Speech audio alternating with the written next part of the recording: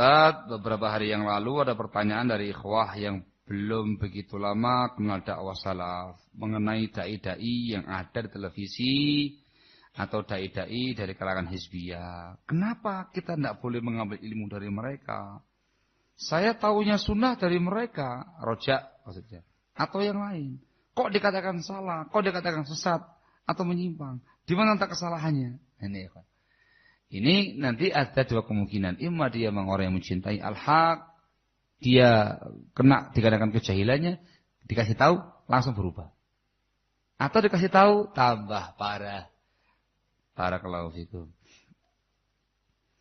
Dikasih tahu yang samar-samar atau yang gamblang-gamblang?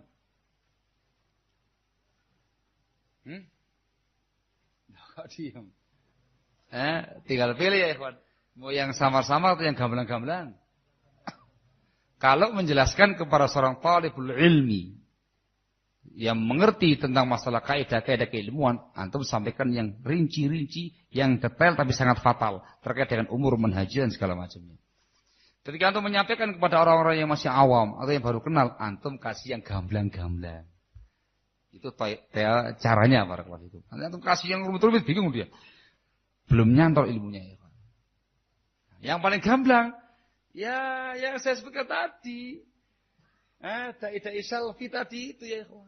Barakallahu itu. Nah, ikhwan. Jadi yang pertama yang merupakan kesalahan yang begitu gamblang dari mereka, barakallahu fikum, tampil di TV swasta. Di situ ustadznya menyampaikan ilmu, ada host dan ada bintang tamu perempuannya. Kenyataan? Apa diem? Kenyataan? Kenyataan. Itu adalah pelanggaran syariat. Kalau yang melakukannya awamun nas, ringan dosanya. Tapi ketika yang melakukannya adalah orang-orang yang punya ilmu, yang dikenal yang dikenal mendakwakan dakwah sunnah, berat ya kawan. Lebih berat lagi ketika yang semacam ini dijadikan sebagai wasilah dakwah. Bukan lagi sebuah keharaman, interaksi dengan perempuannya bukan mahramnya dalam sebuah tempat, tapi sampai pada tingkatan bid'ah dalam perkara dakwah. Mafhum? Bid'ah dalam perkara dakwah. Tidak pernah terjadi di kalangan kaum salaf terdahulu, la sahabat, wala tabi'in, wala tabi'in, wala masaya sekarang ini. Hatta masaya yang mereka dompleng pada mereka. La Syekhul Muslim Al-Abbad, wala Syekh Shalih Fauzan, wala yang lain yang berbuat demikian. Tidak pernah ada. Ya Allah, kalau seandainya mereka mau jujur, itu semua diserahkan, disebutkan sama Syekh Abdul Muslim Al-Abbad. Ya Syekh, ini Ustaz, ini saya ya Syekh. Masya Allah ya Syekh, saya sudah tampil di TV swasta Syekh.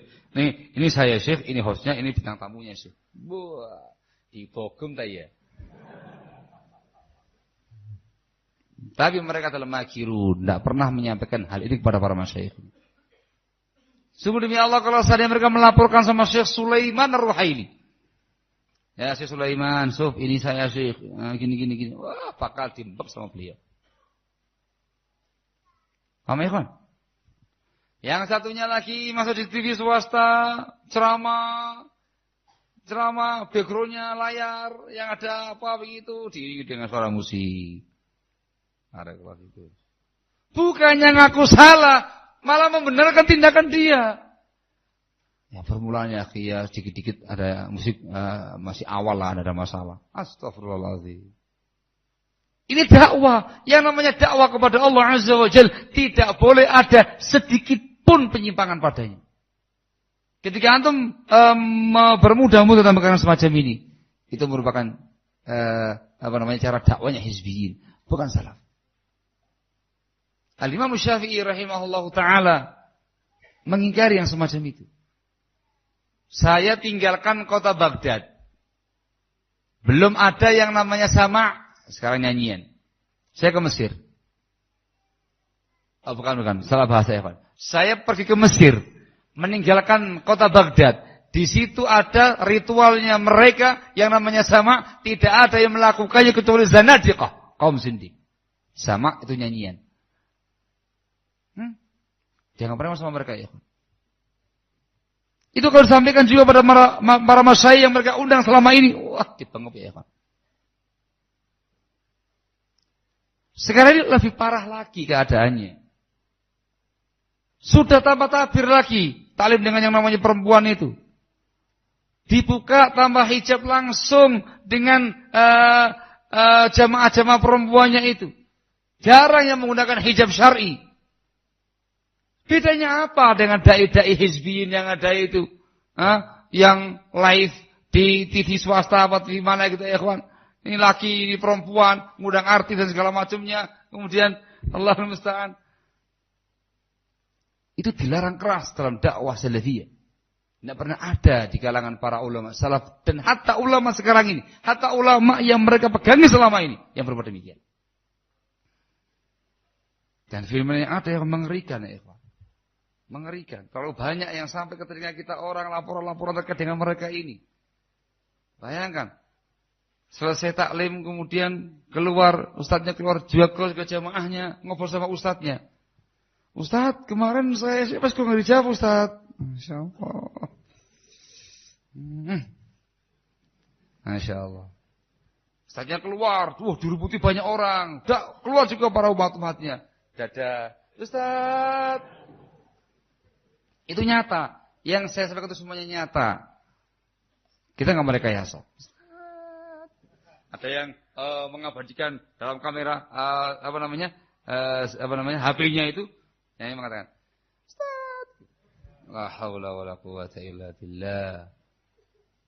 Jangan tanyakan ketika antum melihat bagaimana dunia maya mereka. Wah, tambah enggak karu-karuan ya. Apa semacam ini yang namanya dakwah salafiyah? La. Tidak semacam ini barakallahu fikum. Tidak pernah ada dari kalangan Rasulullah SAW, para sahabat, para tabi'in, atba'ut tabi'in, para imatuddin, Imam Syafi'i, Imam Ahmad, Imam Ahmad, dan para imam yang lainnya. Hatta para masyayikh sekarang tidak pernah ada yang berbuat demikian. Ini semata tariqahnya hizbi. Efek yang luar biasa. Efek yang luar biasa. Dari tindakan dan kelakuan dai-dai selfie ini kan luar biasa. Akhirnya yang selama ini barakallahu fikum tabir pemisah antara laki dan perempuan terkoyak. Bahkan terbuka lebar. Selama ini yang dikenal dari kalangan ahlus sunnah, salafiyin, salafiyat, betul-betul menjaga rasa malunya, menjaga kehormatan dirinya, interaksinya betul-betul menjauh. Sekarang bermuda-muda. Satu bayangkan, ini ustadznya, satu meja. Ini perempuan selfie.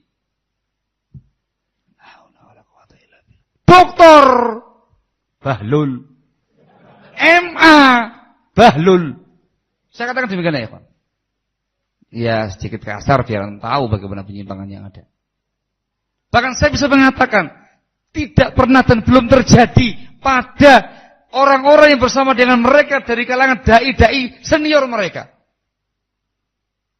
Saya belum pernah, bukan berarti saya memuji, saya belum pernah melihat sosok Yazid Abdul Qadir Jawas berbuat demikian. Itu tokohnya mereka. Saya belum pernah melihat barakallahu fikum Aun Rafiq Ghufran Hamdani yang disedai itu berbuat demikian. Belum sama sekali. Itu tokoh-tokoh senior mereka. Yang muncul ini dai-dai ganjen, dai-dai salaf ini, ikhwan. La haula wala quwata illa billah. Efeknya luar biasa. Ketika di dunia maya parah sudah. Tidak ada yang namanya pemisah. Semuanya masuk. Wah, komentarnya macam-macam. Ya genit, ya segala macamnya. Mengerikan ya. Dan jangan dikira nggak ada efeknya di dunia nyata. Ketika ada yang namanya tindakan bermuda-muda di dunia maya semacam itu, nyatanya juga terjadi. Biasa di tengah-tengah mereka yang namanya sering SMS-an, kemudian chattingan, biasa. Jangan dikira nggak terjadi yang lebih jauh daripada itu. Terjadi. Lebih jauh daripada itu. Dikarenakan lepas kontrol, tabir telah terbuka lebar, bermuda-muda dalam perkara semacam ini. Akhirnya ABG-ABG-nya, remaja-remajinya, tidak kalah dengan yang namanya ABG-ABG di luar sana. Ya, Pak. Bedanya ketutupan, yang itu buka. Sama. Barakallahu fikum. Dan terjadi dalam beberapa kesempatan, dalam beberapa tempat. Tindakan yang sangat parah, lebih parah dari yang antum bayangkan. Bukan semata-mata chatting-chattingan, kopi darat, ketemuan dari jauh gitu. Sudah saya masih ingat pacaran. Pacarannya sangat kebablasan. Dan sudah terjadi di beberapa tempat mesum. Wallahu a'lam bishawab. Kafilahu subhanaka wa bihamdik asyhadu an la ilaha illa anta astaghfiruka wa atubu ilaik. Tafadhalu hafizakumullah.